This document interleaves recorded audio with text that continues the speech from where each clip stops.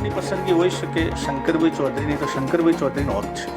ગુજરાતમાં કોઈ માને કે ના માને, એને પૂછ્યા સિવાય પાંદડું હલતું નથી. 2-4 જિલ્લાઓ લગભગ અલ્પેશભાઈને હજુ થોડીક વાર જોવી પડશે એવું મને દેખાઈ રહ્યું છે. શંકરભાઈ ચૌધરીનું જે વર્ચસ્વ દિવસે ને દિવસે ખૂબ વધી રહ્યું છે, તમને નથી લાગતું કે ભાજપ કોઈ ચહેરાને એટલો બધો મોટો પણ થવા દેશે તો ક્યાંક શંકરભાઈ ચૌધરીને દબાવવાનો પ્રયત્ન જે અધ્યક્ષ બન્યો ને એની રાજકીય કારકિર્દી ખતમ. બનાસકાંઠામાં એન્ટી શંકર ચૌધરીનો એક પ્રોપેગેન્ડા ચાલુ છે. ગેનીબેનને જીતાડવા માટે નહીં, પણ શંકરભાઈ ચૌધરીના ઉમેદવારને હરાવી દેવા માટે સામાન્ય પ્રજા એકઠી.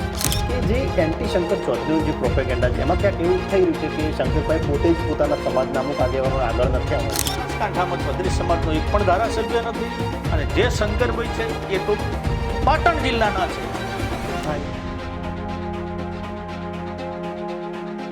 તમે એવું કહી રહ્યા છો કે મંત્રીમંડળનું વિસર્જન લગભગ હાલ શક્ય નથી, પણ અમુક નેતાઓ છે કે જે રાહ જોઈને બેઠા છે, હાર્દિક પટેલ હોય, અલ્પેશ ઠાકોર હોય, શંકરભાઈ ચૌધરી, સીજે ચાવડા, અર્જુનભાઈ મોઢવાડિયા, આ બધા જે રાહ જોઈ રહ્યા છે મંત્રીપદ, તમને શું લાગે કે કદાચ જો આવનારા સમયમાં કદાચ વિસર્જન થાય તો આ બધા નેતાઓ આશા રાખી શકે ખરી મંત્રીપદની?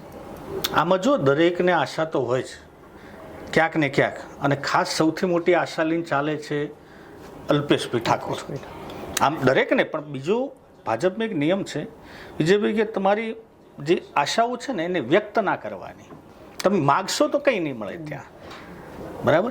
આ જેટલા આશાઓ લઈને બેઠા છે એમાં મારી દ્રષ્ટિએ કદાચ સીજે ચાવડા, કારણ કે બહુ સારા વ્યક્તિ છે, વિજાપુરથી ધારાસભ્ય છે, ડોક્ટરેટ છે, ભણેલા ગણેલા, અનુભવ પણ છે, એટલે એમને એક બનાવી, ભલે આયા છે કોંગ્રેસમાંથી બરાબર, પણ ઠરેલ વ્યક્તિ છે, રાજકારણને જાણે છે અને ક્યાંય નડશે નહીં ભાજપને, એટલે એમની પસંદગી આવે.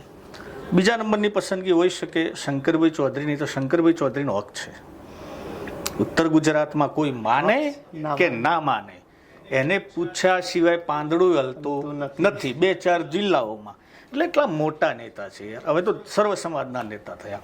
આ બેને ચાન્સીસ મને સંભાવના વધુ દેખાય છે. લગભગ અલ્પેશભાઈને હજુ થોડીક વાર જોવી પડશે એવું મને દેખાઈ રહ્યું છે. બેની સંભાવના મને દેખાઈ રહી, જે તમે નામ લીધા. હાજી, તમે જે શંકરભાઈ ચૌધરીનું જે વર્ચસ્વ દિવસે ને દિવસે ખૂબ વધી રહ્યું છે, તમે તો બનાસકાંઠાથી છો, બનાસકાંઠામાં તો કઈ રીતનો માહોલ છે તમને ખબર જ હશે, તો તમને નથી લાગતું કે ભાજપ કોઈ એક ચહેરાને એટલો બધો મોટો પણ થવા દેશે તો ક્યાંક શંકરભાઈ ચૌધરીને દબાવવાનો પ્રયત્ન કરશે એવું તમને લાગે? આ પ્રયત્ન તો કર્યો જ છે ને અધ્યક્ષ બનાવીને, નથી કર્યો છે ચોક્કસ. આજ દિવસ સુધીના ટોટલી આપણે એનો હિસ્ટરી જોઈ લ્યો ભાજપની, જે અધ્યક્ષ બન્યો ને એની રાજકીય કારકિર્દી ખતમ.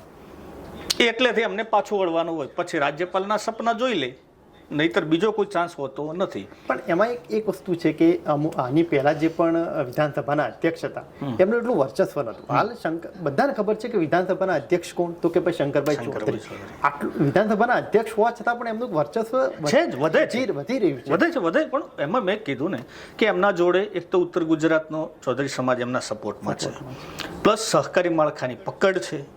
અને સાહેબ સહકારી માળખું એટલે કંઈ મંત્રી 2-3 મંત્રી પદ હોય ને કેબિનેટ એટલા લેવલનું છે. કારણ કે સહકારી માળખાથી શું હોય, આમાં તમે ડાયરેક્ટ વોટરના ઘર સુધી તમારી પહોંચ હોય. ધારાસભ્યની એટલી પહોંચ ના હોય. પહેલે તો ડેલી સવારમાં અને સાંજે 2 ટાઈમ એની પહોંચ ત્યાં પકડાઈ રહે.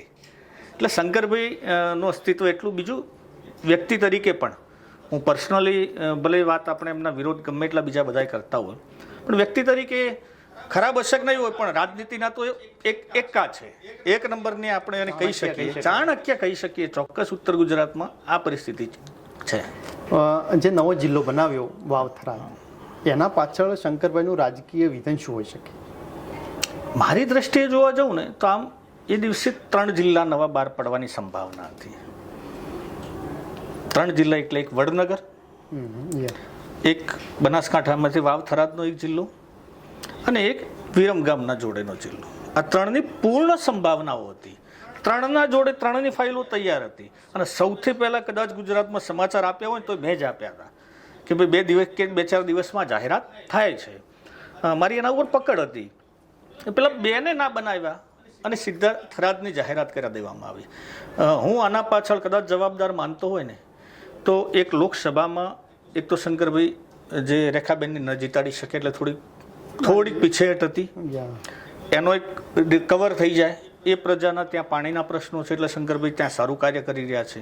અને ત્રીજું, નવા જિલ્લા બનવાથી સહકારી માળખે મોટી અસર થાય એમ હતી. આની પકડ એમને આનો ફાયદો સહકારી માળખે એટલે ડેરી છે, બનાસ ડેરીની ચૂંટણી આમાં લેવાની એમની મહત્વાકાંક્ષા હોઈ શકે એટલે જ એમને આ જિલ્લાની થોડીક વહેલી પેલી જાહેરાત કરી દીધી. નહીંતર તો હજુ 8મા 9મા મહિનામાં ઓફિસો ત્યાં બની નથી, કેમ જાહેરાત કરી હોય? પણ એ કારણ ચોક્કસ હોઈ શકે છે આનું સહકારી માળખામાં. કારણ કે વિચારો કે માની લો તમારે એક જિલ્લો નવો બની ગયો એટલે પછી તમે એક જિલ્લાવાળા એક થઈ જાઓ એટલે એના અંદર 5 વોટ છે ભાઈ, 6 વોટ સ્વાભાવિક છે કે, અને 7 તાલુકા લીધા એટલે ત્યાંના તો 7 વોટ થયા. એટલે આ અસર ચોક્કસ એવું કરતું હોઈ શકે. મારી સંભાવના, મારું મગજ આ કહે છે.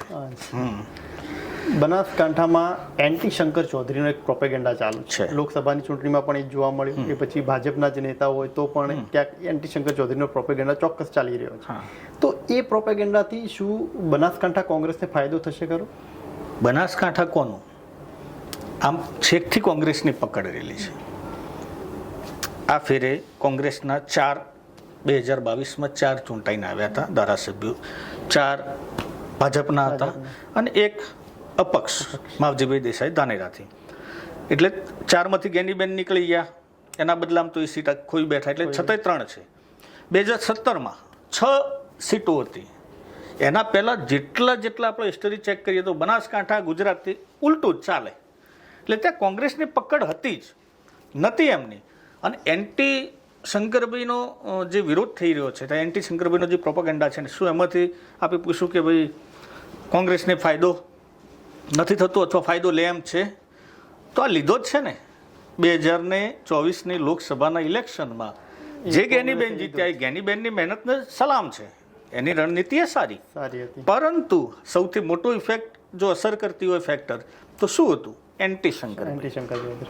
એટલે ગેનીબેનને જીતાડવા માટે નહીં, પણ શંકરભાઈ ચૌધરીના ઉમેદવારને હરાવી દેવા માટે સામાન્ય પ્રજા એક થઈ હતી. એટલે ફાયદો મળે જ છે ત્યાં. અને રાજનીતિમાં તો આવું જ હોય, એકબીજાને ક્યાંક જે મોટો થઈ જાય એનો વિરોધ પણ થોડોક મોટો થતો હોય છે.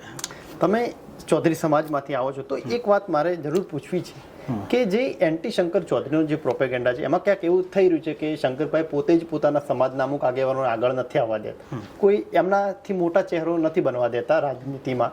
તો શું તમને લાગે છે કે આ વાત સાચી હોય, ક્યાંક ચૌધરી સમાજને પણ એનું શંકરભાઈના કારણે નુકસાન થતું હોય રાજકીય રીતે?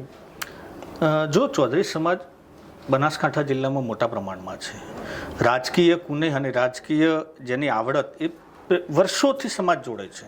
આમ લગભગ રાજકારણીઓ સૌથી વધારે હોય. ચૂંટણીની બાબતમાં ચૌધરી સમાજ જેટલો ઇન્ટરેસ્ટ લે ને એટલું મને લાગતું નથી ગુજરાતમાં કોઈ કોમ્યુનિટી ઇન્ટરેસ્ટ લેતી હોય.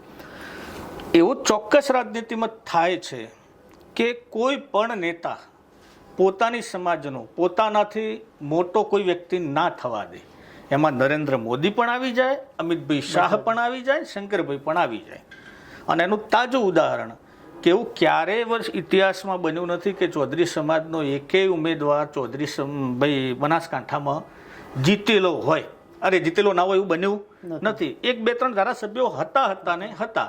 આવું આજ પહેલી વખત છે કે બનાસકાંઠામાં ચૌધરી સમાજનો એક પણ ધારાસભ્ય નથી. અને જે શંકરભાઈ છે એ તો પાટણ જિલ્લાના છે.